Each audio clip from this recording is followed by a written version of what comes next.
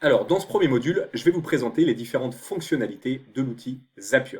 Je vais commencer par vous présenter les différents modules. Et au moment où je fais cette formation, il y en a plus de 5000 disponibles.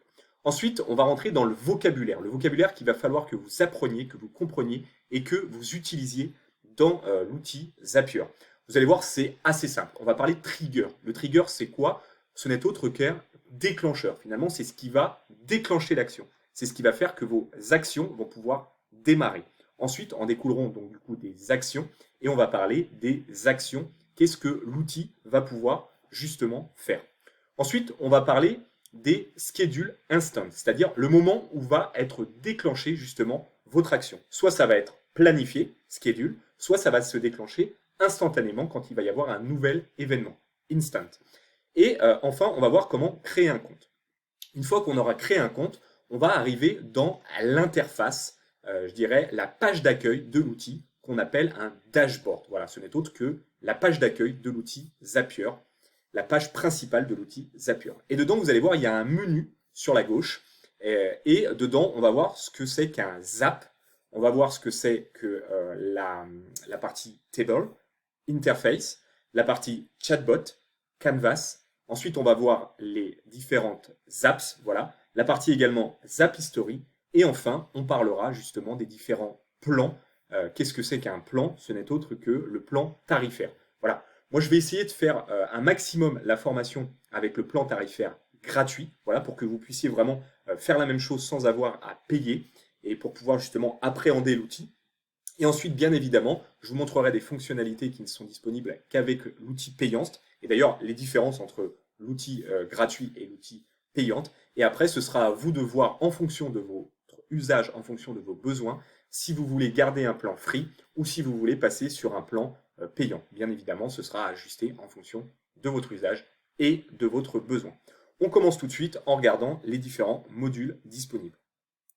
Alors, pour ce faire, je vous invite tout simplement à aller sur votre navigateur préféré et à taper Zapier Apps. Voilà. Et ensuite, d'aller chercher, voilà, Explore All Apps. Voilà, explorer toutes les applications disponibles dans l'outil Zapier. On vérifie bien évidemment qu'on est sur le site de Zapier. Et là, vous allez arriver sur une interface où il va vous donner accès à toutes les applications disponibles. Donc là, vous voyez, vous avez différentes applications disponibles sur le module Zapier. Donc il y en a énormément, hein. Vous pouvez faire Load More, voilà, pour en afficher plus. Et vous voyez, il y en a véritablement énormément. Si jamais vous voulez voir si une intégration est possible, si votre application est disponible, eh bien, il suffit de la taper dans la barre de recherche et vous voyez, automatiquement, eh bien, il va vous proposer des relations. Donc là, par exemple, Gmail, on voit qu'il est disponible. Si par exemple, je veux taper Dropbox, hop, on cherche Dropbox, il est disponible. Vous voyez, on pourrait chercher quelque chose, voilà, par exemple, un module de formulaire, Tally. Tally, il est également disponible. Qu'est-ce qu'on pourrait chercher? Lexi, vous voyez, si vous n'êtes pas sûr, vous voyez, celui-là, par exemple, il n'est pas disponible. Vous voyez, immédiatement, si jamais vous voulez faire une intégration, eh bien, au lieu d'aller effectivement aller rechercher à la main manuellement et faire load more à chaque fois, sachant qu'il y en a plus de 5000, je crois que c'est même plus de 6000 applications, eh bien, vous avez juste à taper dans la barre ce que vous voulez. Voilà. Donc, par exemple, si jamais on tape l'outil Gmail et qu'on vient cliquer dessus, vous allez voir, là, il va nous donner la page d'intégration, les possibilités justement de comment on va pouvoir intégrer Gmail. Donc là, vous vous retrouvez là-dessus. Et là, il vous dit déjà, bah, cherche une application que tu peux appairer, c'est-à-dire que tu peux jumeler, que tu peux coupler, que tu peux intégrer avec justement Gmail.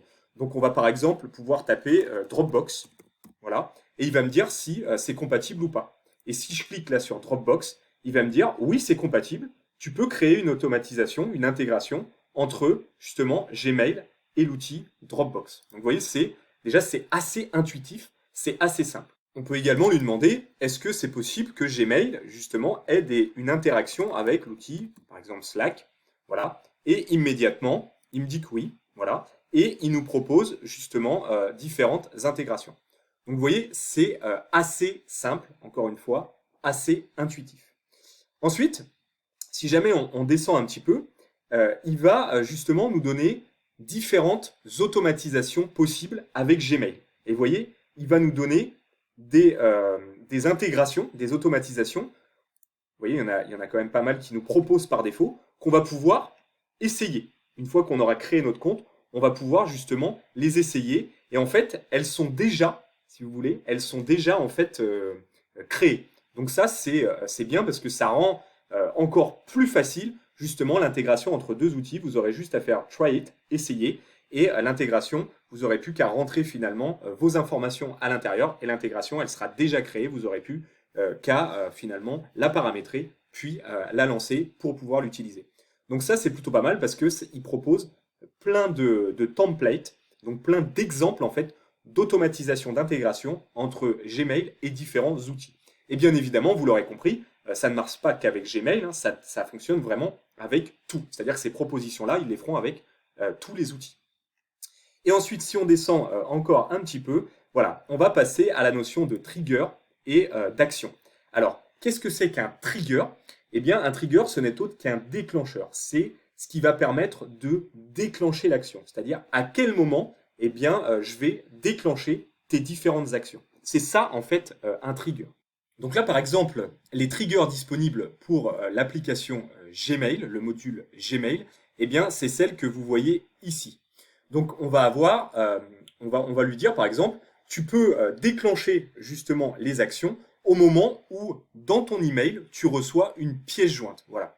Donc, ça veut dire que quelqu'un va vous envoyer un email avec une pièce jointe dans votre application de messagerie Gmail. Eh bien, au moment où Zapier il va voir l'email arriver et il va voir qu'il y a une pièce jointe, eh bien, c'est là où il va déclencher les actions. Vous voyez? Vous avez aussi la possibilité, par exemple, en trigger, New Emailing Magic Search.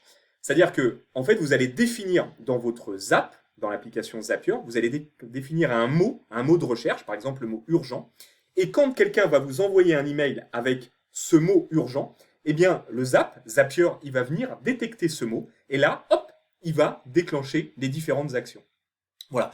Alors, vous voyez, il y en a d'autres, hein. Je vais vous donner un autre exemple. Voilà, par exemple, quand il va voir un email arriver, donc le Zapier, il va voir un nouvel email arriver dans votre messagerie Gmail, dans une boîte spécifique, un dossier spécifique, peu importe, c'est vous qui l'aurez défini justement dans votre configuration Zapier, et bien pareil, il va déclencher les actions. Voilà. Donc ça, c'est les différents triggers, les différents déclencheurs qu'offre le module, l'application Gmail. Et ensuite, derrière, en découleront différentes actions. Alors, les actions, vous en avez évidemment dans l'outil Gmail de disponible. Hein. Elles sont listées ici. Mais vous l'aurez compris, les actions, elles peuvent également découler d'un module complètement différent que celui de l'outil Gmail. C'est-à-dire que ce n'est pas parce que le trigger que vous avez choisi, c'est Gmail, que les actions qui en découlent doivent obligatoirement être Gmail. Hein. Non, non, pas du tout. Hein. C'est justement ce qu'on a vu précédemment. Vous voyez, là, c'est pas parce que vous avez choisi que le déclencheur se fera au travers du module Gmail que les actions qui en découleront seront forcément Gmail. Hein. Là, vous voyez, par exemple, on a pu choisir des actions qui découlent du module Dropbox, mais on aurait pu très bien choisir des actions qui découlent du module Slack, Google Forms, Google Agenda, peu importe. Vous voyez? Donc ça, il faut bien le comprendre. Ensuite, on peut s'amuser, alors on va rouvrir une page Google et on peut s'amuser à aller rechercher un autre module. Par exemple, on va taper Google Form, voilà, Integration Zapier, voilà, et on va aller chercher, du coup, on regarde bien qu'on est bien sur le site Zapier, et on a bien regardé Google Form Intégration Zapier, donc on va cliquer dessus, et vous voyez, on va arriver exactement sur la même page, et alors je ne vous refais pas toutes les explications, mais globalement, voilà, c'est intéressant de voir que pour un Google Form, par exemple, vous avez exactement la même structure. Vous avez les différents triggers, vous voyez, New Form Response, New or Update Form Response. Voilà, c'est à chaque fois qu'il y a une nouvelle réponse à un formulaire ou à chaque fois qu'il y a un formulaire qui est mis à jour, eh bien, ce sera ça le déclencheur justement du module Google Form. Et il y a également différentes actions. Alors pourquoi je vous montre ça? Tout simplement, petite transition vers la prochaine explication qui n'est autre que le schedule versus instant. Vous voyez ici, là, dans le trigger de Gmail, eh bien, vous pouvez voir que le trigger, il se déclenche en mode schedule, alors que celui de Google Form, le trigger, il se déclenche en mode instant. Alors, qu'est-ce que ça veut dire? Tout simplement qu'en fonction du plan tarifaire sur lequel vous êtes, que vous avez choisi, free, basique ou autre, de toute façon, on les verra juste après, eh bien, votre trigger, il va se déclencher soit à 1 minute, soit à 2 minutes, ou soit à 15 minutes. Et de mémoire, si vous restez, voilà, si vous passez la souris dessus, vous voyez, il va vous dire, Zapier, il cherche les nouveaux enregistrements, les nouveaux apps à déclencher toutes les 15 minutes sur le plan justement gratuit. Voilà. Et après, finalement, c'est à adapter en fonction de votre besoin. Si vous avez besoin que votre zap, votre automatisation, elle se déclenche toutes les 1 minute, eh bien, il va falloir payer beaucoup plus cher. Si vous voulez qu'elle se déclenche toutes les 2 minutes, eh bien, je crois que les forfaits, mais on va les voir juste après, médians, les forfaits du milieu, un peu moins chers, sont disponibles. Après, en version gratuite, eh bien, c'est un déclenchement toutes les 15 minutes. C'est véritablement à adapter finalement en fonction de votre usage, en fonction du besoin que vous avez pour votre automatisation. Voilà. Et après, le trigger instant, eh ben, le trigger instant, comme son nom l'indique, ça veut dire que c'est un déclenchement instantané. C'est-à-dire que là, en l'occurrence, pour le module Google Form, eh bien, à chaque fois que quelqu'un va remplir justement le Google Form et va cliquer sur le bouton Envoyer, donc à chaque fois qu'il va envoyer une réponse au formulaire, eh bien, instantanément, le trigger va se déclencher. Donc là, on n'est pas justement dans la même notion de timing. Là, c'est vraiment une planification dans le temps en fonction de votre plan tarifaire, 1 minute, 2 minutes, 15 minutes, alors que là, c'est vraiment un déclenchement instantané au moment où votre client, prospect, peu importe, utilisateur, va cliquer sur le formulaire, il va cliquer sur le bouton Envoyer, et bien automatiquement, ça va déclencher vos différentes actions. Voilà. Maintenant, on va voir, maintenant qu'on s'est dit tout ça, c'est super, on va voir comment créer un compte. Alors pour créer un compte, on va retourner pour le plaisir sur une page hop, Google. Voilà, et on va taper Zapier. Voilà, vous vérifiez bien, alors soit que vous êtes sur le site sponsorisé ou le site, voilà, le site non sponsorisé mais officiel. L'idée, voilà, c'est de bien vérifier que vous êtes bel et bien sur le site officiel zapier.com. Vous cliquez dessus, et là, eh bien, il va vous proposer du coup de vous enregistrer, de vous inscrire. Alors, si vous avez déjà un compte, il suffit de faire login. Sinon, il suffit de cliquer sur Sign Up et de vous enregistrer, soit en rentrant vos différentes informations, nom, prénom, etc., email, mot de passe, etc., ou alors d'utiliser justement une intégration qui existe entre Zapier et Google. C'est-à-dire que Zapier, il va être en capacité d'aller chercher l'authentification si vous avez un compte Gmail. Donc, par exemple, vous allez pouvoir vous loguer. Vous voyez, là, moi, c'est ce que je vais faire. Vous voyez, j'ai fait login et je vais lui dire de continuer avec mon compte Google. Donc, là, vous voyez, alors, ça n'a rien à voir avec une intégration Zapier. Hein. Il n'y a pas une intégration Zapier qui tourne. Mais c'est bien pour schématiser finalement ce qu'il est possible de faire dans Zapier. C'est-à-dire que là, vous voyez, vous avez une interconnexion entre un service et un autre. Vous avez une interconnexion entre Zapier et Gmail, où en fait, Zapier, il va aller chercher dans Gmail vos informations de connexion, ce qui vous évite à vous, clients, utilisateurs, d'avoir à les ressaisir. Vous voyez? Et donc là, on a une intégration, une interconnexion justement qui se fait entre l'outil Zapier et l'outil Gmail. Et vous voyez, eh bien, ça vous fait gagner du temps. Donc là, je sélectionne mon compte Gmail, je lui dis continuer, et là, automatiquement, l'interaction se fait. Zapier va chercher côté Gmail les informations de connexion, et il les rentre dans sa base de données, et c'est ce qui me permet de me connecter à Zapier grâce à mon compte Gmail et grâce aux informations disponibles dans le compte Gmail. Ensuite, vous arrivez sur cette interface. Alors, c'est la toute nouvelle interface de Zapier. Moi, je la trouve vraiment superbe. Voilà. Vous avez possibilité de retourner en version classique, mais bon, pour les besoins de la formation, moi, je préfère utiliser celle-là, et vous allez voir, elle est extrêmement intuitive. Donc, c'est ce que je vous le disais. Là, vous êtes dans ce qu'on appelle le dashboard, la page d'accueil. Voilà. La page principale de l'outil. Et vous avez donc au milieu, eh bien, je dirais, un petit outil intelligent, voilà, basé sur l'intelligence artificielle, qui vous permet de décrire finalement ce que vous voulez. Voilà. Donc là, par exemple, on va pouvoir lui dire, on va pouvoir lui dire upload attachment. Donc vous voyez, donc télécharge en fait ma pièce jointe from Gmail, c'est-à-dire télécharge la pièce jointe en provenance de mon Gmail, tout donc vers, j'en sais rien moi, mon Dropbox par exemple. Voilà. Est-ce que c'est possible de faire ce zap? Donc vous voyez, moi c'est ce que je lui dis. Je lui dis voilà, est-ce que c'est possible de venir depuis Gmail, depuis ma messagerie Gmail, est-ce que c'est possible de venir uploader, télécharger une pièce jointe et la mettre dans Dropbox? C'est ça que je lui dis. Là, je clique sur Generate, donc générer, et automatiquement, il va essayer de me trouver justement le zap. Et là, vous voyez, il me dit, ben voilà, voilà ton zap. Je te l'ai créé pour toi. Tu n'as même pas besoin de t'embêter à le créer. Je te l'ai créé pour toi. Et là, j'ai mis quoi? J'ai mis en déclencheur Step 1, donc New Attachment Gmail. Vous vous rappelez, si on retourne sur Gmail intégration Zapier, donc si on retourne sur cette page-là, Gmail intégration, je ne sais pas si vous vous rappelez, dans les triggers, c'est vraiment la magie du truc, moi j'adore, vous aviez justement le trigger, le déclencheur, New Attachment, vous vous en souvenez? Et bien regardez, c'est exactement celui qu'il est allé chercher pour vous. Évidemment, vous auriez pu le faire manuellement. Mais moi, je trouve que ce petit truc qu'ils ont créé, basé sur l'intelligence artificielle, c'est juste super. Vous avez juste à décrire votre besoin de zap, d'automatisation, d'intégration, d'interconnexion, et automatiquement, il vous propose quelque chose. Après, il faut vérifier si c'est bien ce que vous voulez, mais globalement, ça marche plutôt bien. Donc là, il est allé chercher ce trigger-là, et derrière, il est allé chercher le fameux upload a file to Dropbox, c'est-à-dire télécharge un fichier dans mon Dropbox.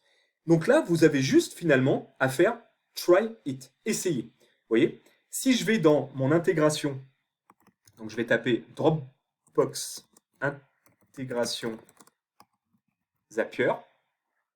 Voilà, donc là pareil, Zapier Dropbox, je clique dessus, je vais descendre, et vous voyez, si je vais chercher là, dans les actions, là on est bien dans les actions, eh bien on va retrouver upload, le fameux upload file. Alors il est où? On va juste vérifier. Donc moi ce que je cherche c'est l'action upload file Dropbox. Et ben voilà, elle est ici. Upload file, voilà, de Dropbox. Vous voyez?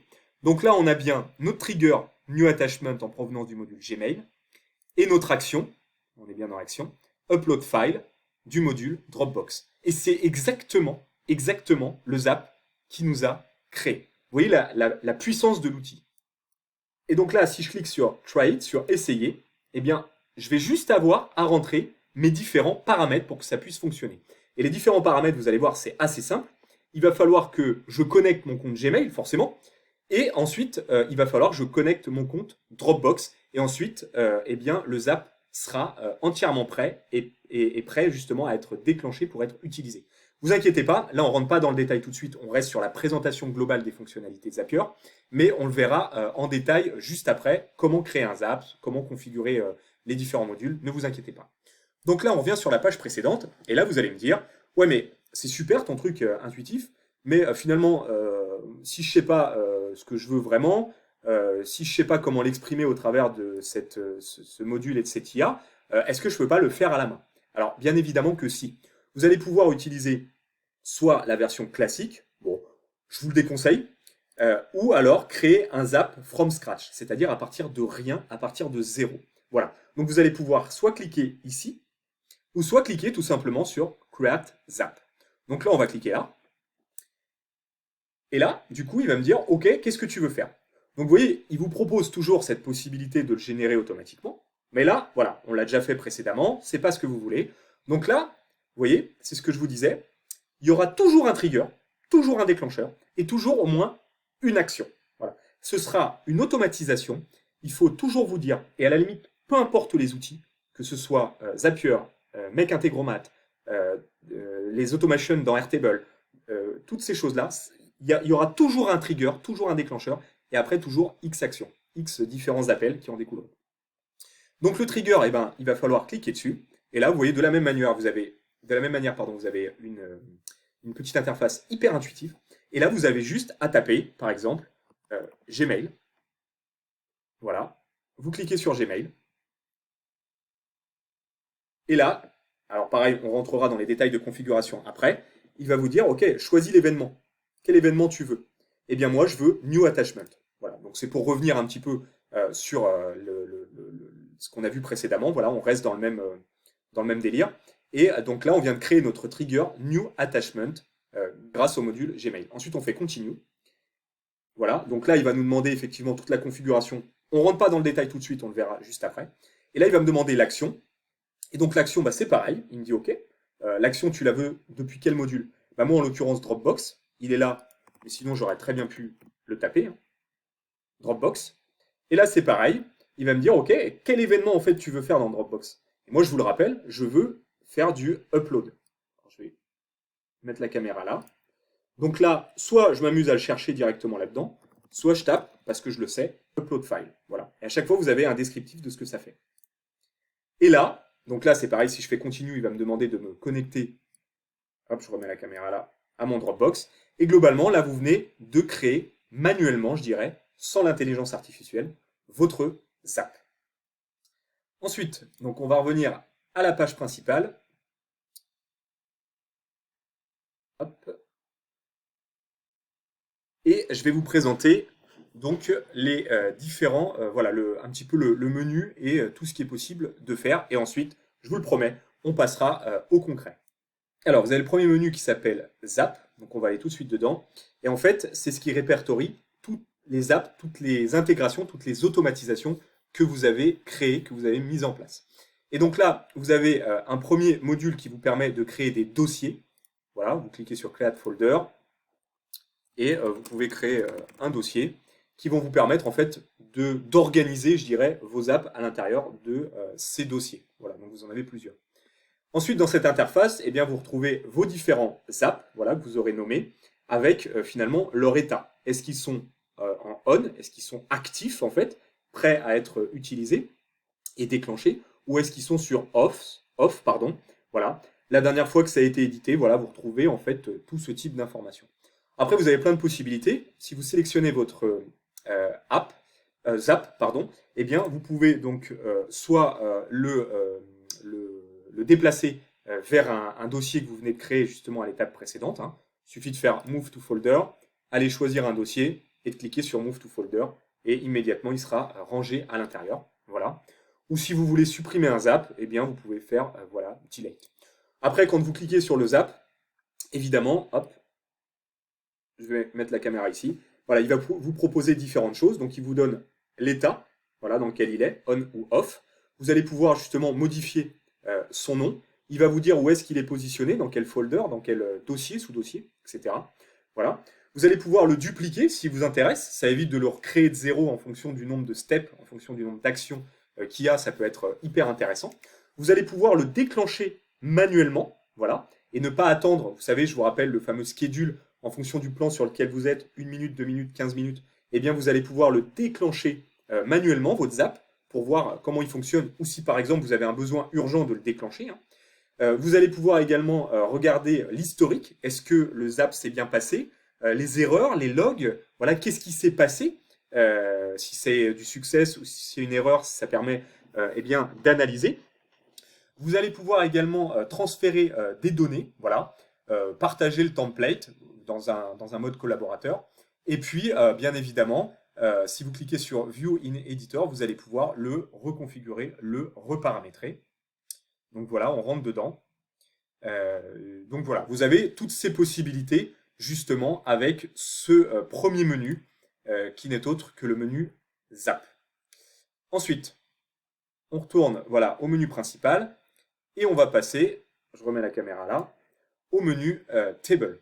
Donc on clique dessus, et qu'est-ce que c'est que le menu Table? Ce n'est autre qu'une base de données finalement.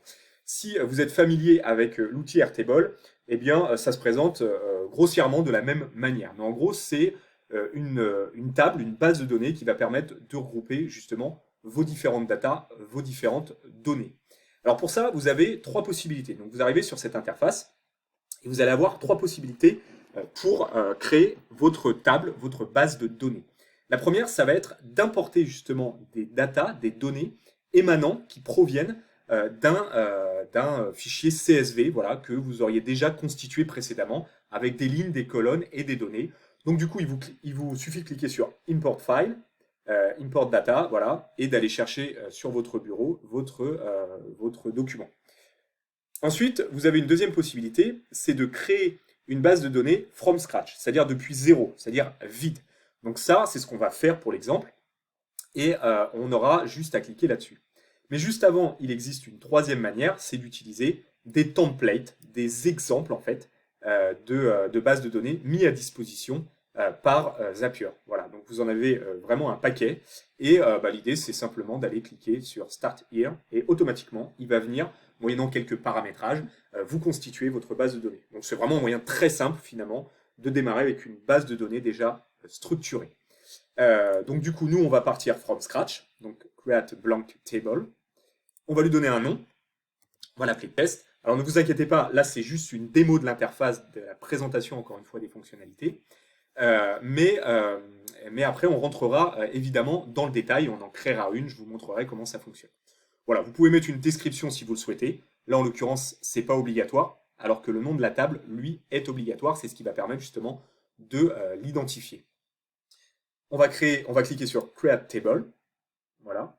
Et là, voilà.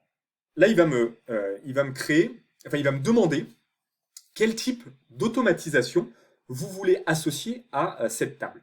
Et c'est là, en fait, la puissance de cette nouvelle fonctionnalité qu'offre Zapier, que propose Zapier, cette fonctionnalité Table, c'est qu'en fait, vous allez pouvoir faire interagir vos data, vos données, avec des automatisations, avec des apps. Je vous donne un exemple, mais on le verra encore dans le détail un peu plus tard dans la formation. Vous allez pouvoir, par exemple, créer, je dirais, une table avec des pays, voilà, par exemple la France, l'Italie, le Danemark, le Brésil, peu importe.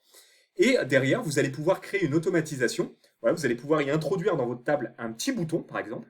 Et quand vous cliquerez dessus, et ben, automatiquement, par exemple, il va pouvoir vous dire quels sont, j'en sais rien moi, faire un descriptif du patrimoine français, italien, danois ou du Brésil, voilà. Et ça va pouvoir se générer automatiquement.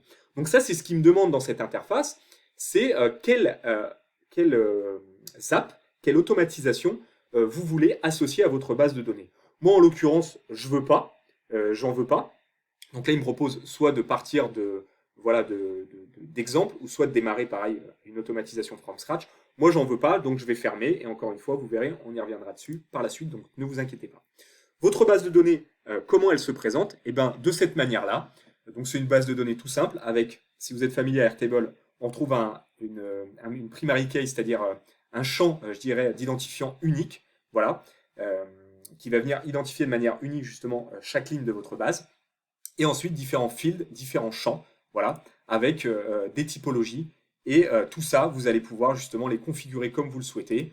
Donc, vous voyez, à la manière d'une base de données classique, Airtable ou autre, vous allez pouvoir supprimer des champs, mais également en créer des nouveaux. Hop, je mets la caméra là. Donc là, on va l'appeler par exemple téléphone. Voilà. Vous allez pouvoir choisir les différentes typologies de champs. Donc je vous dis, hein, si vraiment vous êtes familier à Airtable, ça doit vraiment vous sembler simple. Voilà, et vous allez pouvoir vous amuser comme ça à créer votre base de données. Donc c'est quand même assez puissant. Bien évidemment, après, vous pourrez la remplir, hein, cette base de données, voilà, avec vos différentes datas. Et on verra par la suite comment justement venir interagir au travers de l'ajout d'un bouton qui permettra de déclencher une automatisation, une intégration. Et c'est véritablement ce qui fait toute la puissance de cette fonctionnalité Table offerte par Zapier, où on va vraiment pouvoir générer, je dirais, une intégration, une automatisation qui prendra vraiment en compte justement la data, la donnée. Et ça, c'est véritablement la puissance de Table. Ensuite, on va regarder, hop, je remets la caméra là, on va regarder le prochain menu qui n'est autre que interface en version bêta. Ça veut dire quoi? Ça veut dire que je vais vous la présenter, mais si vous l'utilisez, si vous décidez de l'utiliser, attention, il peut y avoir encore quelques bugs. Alors, c'est plus une version alpha comme ça l'était en 2023, c'est une version bêta, donc ça veut dire qu'elle est un peu plus avancée, un peu plus poussée, mais il se peut qu'il y ait des bugs. Vous voyez, à l'instar des deux précédents qu'on a vus, hein, Table et Zap, où il n'y a plus cette petite parenthèse bêta, alpha ou bêta, ça veut dire que ça a vraiment été testé et autres, et aujourd'hui, voilà, il y a pas d'erreur sur ces fonctionnalités. Vous pouvez les utiliser en toute tranquillité, quoi. Alors que là, les 3 prochaines fonctionnalités, Interface, Chatbot et Canvas, eh bien, vous allez voir, c'est des versions bêta, donc à vous de voir si vous souhaitez ou non les utiliser en production. Mais en tout cas, c'est toujours intéressant de savoir comment ça fonctionne. Donc là, on va cliquer donc sur Interface. Voilà. Donc là, bah, c'est pareil, hein. Vous avez possibilité donc de créer votre première interface. Voilà. Alors une interface, c'est quoi? Ce n'est autre finalement qu'une vue de vos données. C'est-à-dire que ça va être une manière de présenter les données qui ont été constituées justement dans la partie table. C'est-à-dire que dans la partie table, vous avez créé donc une base de données avec des champs et des données à l'intérieur. Voilà. Et bien, interface, ce n'est autre que finalement une vue, la représentation de vos données. Donc je vais vous montrer concrètement comment ça fonctionne. Et donc vous pouvez partir donc d'une interface vraiment from scratch vide, ou alors de la même manière que sur les bases de données, les tables, venir choisir eh bien une interface préconfigurée. Voilà. Donc nous on va cliquer sur Create Your First Interface. Voilà. Ensuite il me dit qu'est-ce que tu veux construire aujourd'hui? Voilà. Est-ce que tu veux que de ta base de données, je construise un formulaire automatiquement? Voilà. Est-ce que tu veux un portail voilà, pour tes clients? Voilà, vous voyez, il propose des choses. Donc la partie forms, formulaire, je la trouve très bien, parce qu'en fait, si jamais c'est une base de données, par exemple, pour référencer des nouveaux clients, eh bien, si vous cliquez là, automatiquement, il va vous permettre, il va aller chercher justement les champs, et il va vous créer automatiquement un formulaire. Merci de remplir ton nom, merci de remplir ton prénom, ton adresse, ton numéro de téléphone, etc., etc., etc. Et ça, c'est super parce que du coup, vous n'allez pas avoir à vous créer à la mano votre base de données. Bon, encore une fois, on fera des exemples tout à l'heure. Nous, on va partir de from scratch, donc d'une base de données vide. Voilà. Et voilà comment ça se présente. On va cliquer sur Page et vous allez voir, il va aller chercher. Alors nous, qu'est-ce qu'on veut? On veut pas un form, on veut pas du texte, on veut une table. Donc là, il va me dire, OK, où est-ce que tu veux que j'aille chercher tes données? Donc moi, dans la base de données, je ne sais pas si je vous rappelle, si vous vous rappelez, pardon, c'est pas très explicite, mais on l'avait appelé test, notre base de données. Donc on va cliquer sur test. Là, il me dit quel champ tu veux que j'aille chercher. Donc là, encore une fois, c'est pas non plus très représentatif. Je veux le field 1, le champ 1, le field 2, le champ 2 et le téléphone. C'est le seul que j'avais renommé. Voilà. Et je vais lui dire connecte-moi aux données et il va me les afficher. Bon, vous inquiétez pas, encore une fois, on n'est que dans la partie présentation. Après, on rentrera vraiment dans le vif du sujet avec du concret et ça vous semblera plus limpide. Pardon. Là, l'idée, c'est vraiment de parser toutes les fonctionnalités disponibles et les différentes possibilités. Encore une fois, bah, si vous cliquez dessus, vous imaginez bien, vous allez pouvoir voilà, donner accès en création, vous allez pouvoir éditer, supprimer, voilà. Vous allez pouvoir renommer votre table, hein, table de test par exemple, vous voyez automatiquement. Et au niveau des datas, vous allez pouvoir voilà, ajouter des colonnes ou non, les déplacer, vous voyez, hop. Vous voyez, immédiatement, fil 2 s'est mis devant fil 1. Voilà, on peut mettre téléphone en premier si on en a besoin. Voilà, bon, il y a une interaction qui est possible. C'est pas aussi puissant qu'une base de données Airtable, hein, bien évidemment, mais ça offre quand même des possibilités intéressantes. Voilà. Et après, vous avez un mode collaboratif qui est assez sympa, de la même manière qu'on a dans Airtable. Il suffit de cliquer sur Share. Voilà. Donc là, en mode collaboration, et bien évidemment, ça dépend de votre plan de tarification, donc de votre plan tarifaire auquel vous avez souscrit. Vous allez pouvoir justement l'envoyer en interne à vos collaborateurs, collègues, hiérarchie ou autre, donc ça peut être intéressant. Mais sinon, vous avez la partie link qui est plutôt pas mal. Vous allez pouvoir, alors effectivement, vous allez pouvoir cliquer sur le lien et automatiquement, il va venir hop, vous afficher votre tableau. Mais ce qui est super, c'est que vous allez pouvoir, de la même manière qu'on peut le faire sur un Airtable, copier ce lien dans une fenêtre privée et vous allez voir, hop, il ne va pas vous demander de vous connecter avec un compte Zapier, mais il va quand même vous afficher votre interface. Et donc ça, ça peut être super justement pour eh bien, présenter justement vos datas à l'extérieur, à quelqu'un voilà, d'externe à votre organisation. Donc ça, c'est plutôt pas mal. Hop. Une fois qu'on a vu ça, eh bien, on va passer au prochain menu qui n'est autre que la partie chatbot, pareil, toujours en version bêta. Alors, pour ce faire, on va aller cliquer justement sur chatbot, toujours en version bêta.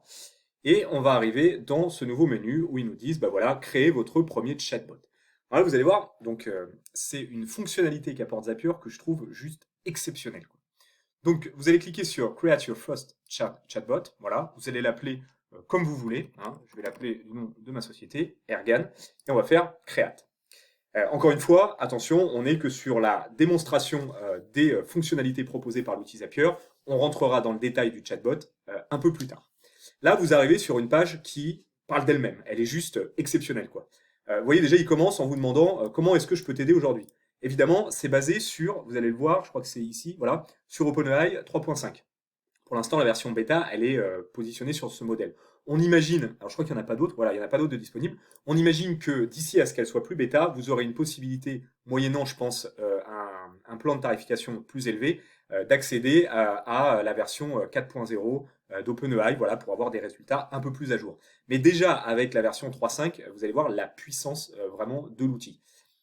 Donc, vous pouvez, comme ça se base sur un modèle d'OpenAI, vous pouvez lui parler dans toutes les langues que vous voulez. Donc, par exemple, vous pouvez lui dire, on va dire bonjour, oui, on va dire vraiment quelque chose de bêta. Voilà, donc là, il est en train de générer une réponse. Bonjour, comment puis-je vous aider aujourd'hui? Voilà, et on pourrait imaginer lui dire qui a gagné la dernière Coupe du Monde. Voilà.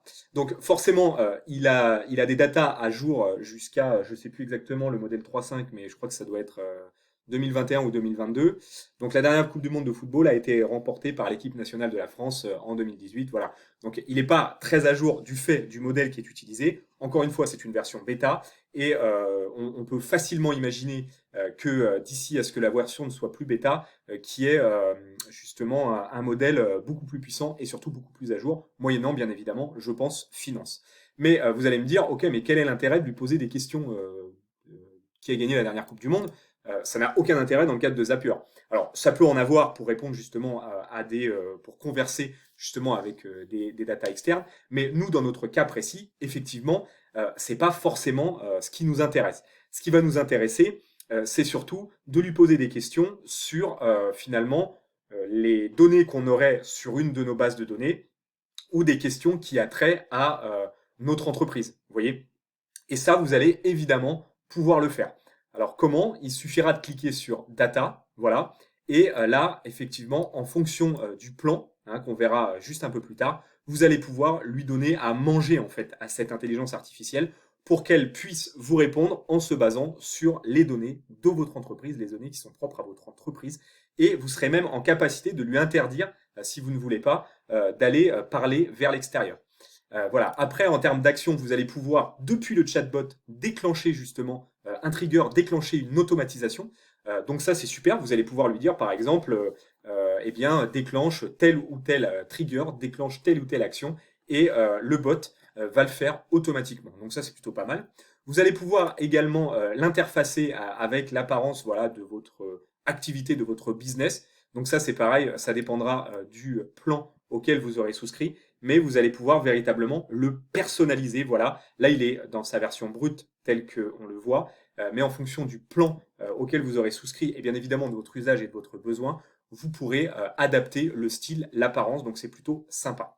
Et enfin, une fonctionnalité que moi je trouve géniale, pour pouvoir faire de la dichotomie en termes justement conversationnels, vous allez pouvoir avoir un historique, vous allez en fait pouvoir partager votre chatbot à l'extérieur. Vous allez voir comment les gens interagissent avec lui, les questions qu'il pose, comment ils répondent, etc. Les interactions qu'il y a entre le bot et votre utilisateur.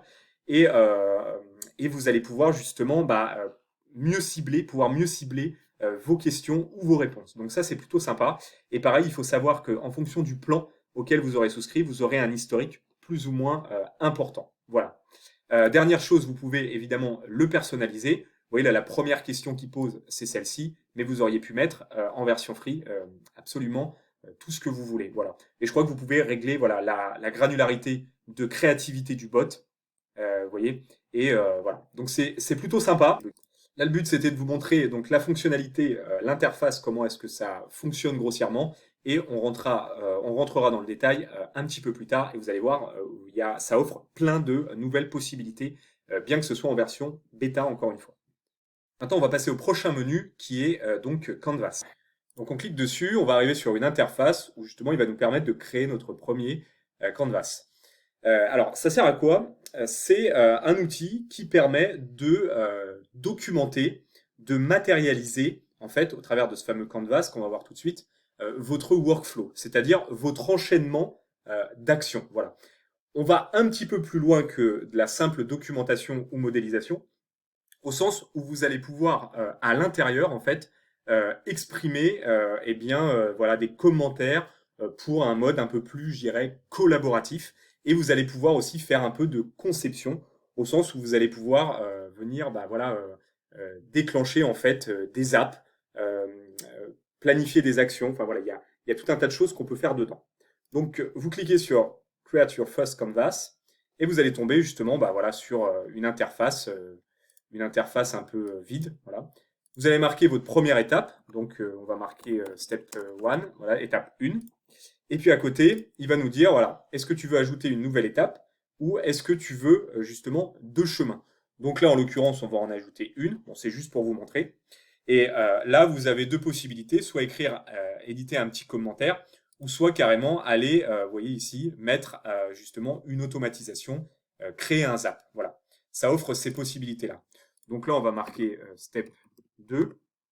Encore une fois, on est en mode présentation de la fonctionnalité. Et après, vous allez pouvoir aller créer un split, voilà, où il va vous mettre donc deux chemins. Donc là, vous allez avoir step 3. Et ici, dans step 4, on va mettre une automatisation. Voilà, automate. Et on va faire par exemple create zap. Donc là, il vient me créer un zap, vous voyez, avec le trigger et l'action ou les actions qui en découlent. Bon, l'idée, c'est vraiment de modéliser tout ça pour avoir un visuel de notre workflow étape par étape, voilà, et pouvoir de manière technique travailler dessus. Donc, ça peut être intéressant en fonction, bien évidemment, encore une fois, de votre usage et de votre activité. Alors maintenant, on va passer à la fonctionnalité Apps. Donc pour ça, on retourne dans notre outil, on va cliquer sur Apps, voilà, et là, ça vous donne en fait toutes les apps que vous avez connectées, c'est-à-dire toutes les apps pour lesquelles vous avez rentré vos identifiants de connexion. Donc là, en l'occurrence, moi j'en ai 4. Je sais que j'ai rentré mes identifiants de connexion pour Airtable, pour Dropbox, pour Gmail et pour Google Docs. Ensuite, il suffit, alors vous pouvez évidemment, donc si vous en avez énormément, faire une recherche d'apps au travers de ce petit outil de recherche. Vous pouvez ajouter des connexions directement ici. C'est-à-dire si vous avez besoin, par exemple, de vous connecter à l'outil Tally, justement, parce que vous allez en avoir besoin pour, pour un de vos apps, une de vos intégrations, une de vos automatisations, eh bien, vous le tapez ici, vous cliquez sur Tally, et automatiquement, il va vous envoyer vers la page de connexion Tally, où vous allez devoir rentrer votre login et votre mot de passe. Voilà. Ensuite, si jamais vous voulez des détails justement sur une de vos connexions, si par exemple on prend Dropbox, voilà, on sait que j'ai 6 apps qui utilisent ce module Dropbox, voilà, et si je veux plus de détails, je clique dessus, ça m'ouvre cette fenêtre. J'ai donc ma connexion, il me donne le compte avec lequel je suis connecté, et vous voyez là, vous pouvez soit vous reconnecter, ça peut arriver qu'il y ait des problèmes de connexion, donc vous pouvez le faire ici, vous pouvez faire un test de connexion, vous pouvez voir les différents apps, vous pouvez éditer justement le nom de la connexion pour que ce soit plus représentatif. Et vous pouvez évidemment supprimer la connexion. Attention par contre, si vous faites ça, vous l'aurez bien compris, ça va déconnecter tous les apps qui y sont connectés. Et ensuite, vous pouvez aller voir dans cette partie-là justement les apps qui sont utilisées, voilà, les tâches associées, donc les apps qui utilisent en fait Dropbox, et les tâches qui sont associées. Voilà. Donc c'est un outil, je dirais, pour centraliser voilà tout ce dont ce dont à quoi vous êtes connecté et vous utilisez. Donc c'est plutôt pas mal. Si jamais voilà, vous avez un problème par exemple avec une base de données qui n'est pas reconnectée, qui n'est pas correctement connectée, vous n'arrivez pas à choper les informations, bah, allez voir là-dedans, regardez si c'est bien connecté, à quel compte c'est connecté. Voilà, ça permet d'avoir un visuel global de vos applications et c'est plutôt sympa. Maintenant, on va passer au Zap History. Alors, le Zap History, c'est quoi? Eh bien, ce n'est autre que l'historique du déroulé de vos apps, comment dire, de vos intégrations, de vos automatisations. Donc là, bah voilà, ça vous explique s'il y a des erreurs ou pas. C'est un peu, c'est un peu un moyen de loguer en fait. Ça log en fait toute votre activité Voilà, donc vous avez possibilité, vous voyez, de regarder par date. Donc si vous avez eu un problème spécifique sur un zap, sur une période, et ben, vous pouvez aller justement là-dessus. Donc c'est plutôt pas mal. Ça vous permet également de filtrer sur le zap en question, voilà, sur un zap précis. Donc je sais pas si je clique là-dessus, par exemple, voilà, bon, tout est en success, mais il pourrait y avoir des erreurs. Vous allez pouvoir aussi filtrer directement sur les apps. Voilà, bon là en l'occurrence il n'y en a pas. Donc voilà, vous voyez, il y a plein de possibilités. Vous l'aurez compris, l'avantage de ça, c'est de pouvoir voir, voilà, d'avoir un historique, je dirais, de toute l'activité de vos apps. Qu'est-ce qui s'est passé, si ça s'est bien passé, pas bien passé, et justement pouvoir après aller déboguer un problème qu'il y aurait eu. Donc ça peut être super intéressant et encore une fois, on verra ça un petit peu plus tard, comment ça fonctionne. Et enfin, on va passer au dernier menu et après on rentre dans le vif du sujet. On va passer aux différents plans de tarification qui existent. Donc il faut aller ici dans Upgrade Plan. Et là, vous allez tomber donc sur une page où il va vous donner les différents plans. Donc actuellement, et je vais essayer de baser cette formation au maximum sur le plan gratuit, voilà, ça vous offre plusieurs possibilités, vous ne payez rien. En contrepartie, vous n'avez le droit que à un single step zap. Qu'est-ce que ça veut dire? Ça voudra dire que vous ne pourrez, en free plan, en plan gratuit, vous ne pourrez utiliser qu'un trigger et qu'une seule action. Voilà, c'est ça que ça veut dire. Voilà, alors que vous voyez, si vous passez sur le plan starter, qui est le second plan, eh bien, vous allez pouvoir faire du multi-step, c'est-à-dire que vous allez pouvoir mettre plusieurs actions derrière. Concrètement, ça veut dire quoi? Ça veut dire que dans le free plan, si vous voulez connecter, donc on va dire trigger Gmail avec mise à disposition d'une pièce jointe issue du Gmail dans un Dropbox, ça marche, on a bien deux actions. Par contre, si derrière vous voulez que ensuite cette pièce jointe elle aille alimenter une base de données, donc là on est sur un troisième step, là c'est pas possible, il va falloir passer sur un plan starter, voilà. Ensuite, vous avez la partie tâche.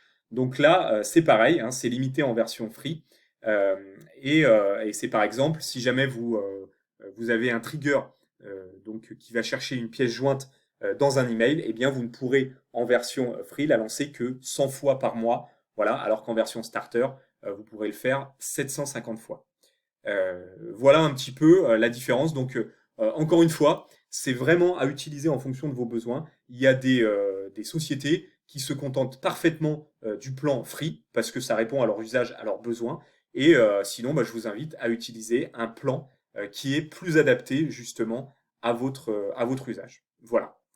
Vous savez tout. Maintenant, on va rentrer dans le vif du sujet et je vais vous proposer de créer votre première automatisation, votre premier zap.